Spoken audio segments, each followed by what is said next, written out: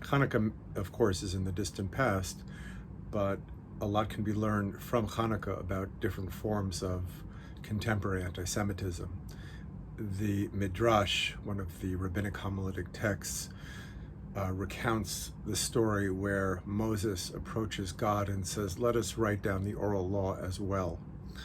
The oral law being the interpretive tradition that shows the intrinsic connection between God and the Jewish people.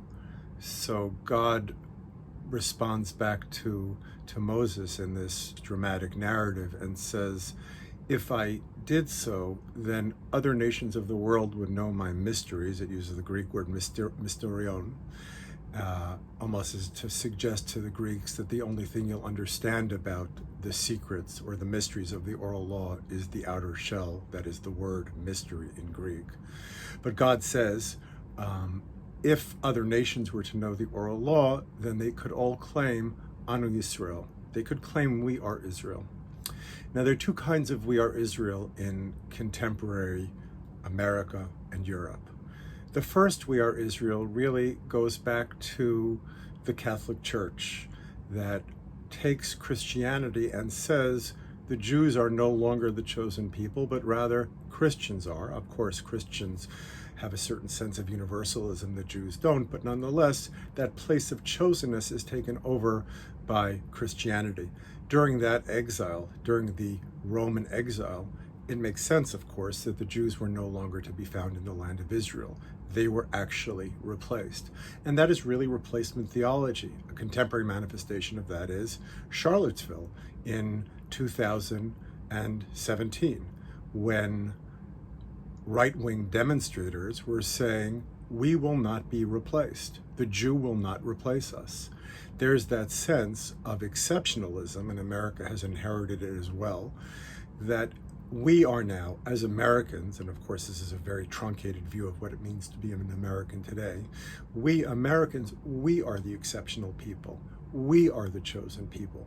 And the Jews, of course, are excluded from that. Now, the Greeks, they exercise a different kind of anti-Semitism, and it's based more upon the verse from Paul's Galatians, in which he says there is neither Jew nor Greek. And that's not so much a replacement theology, that is, Americans or English people or the church taking the place of the chosen people, but there's the sense there is neither Jew nor Greek, that there really is no chosen people.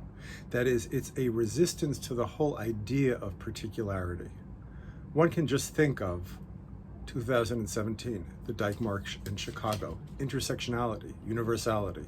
However, there's one excluded group. Those were the Jewish women who were sporting Israeli flags.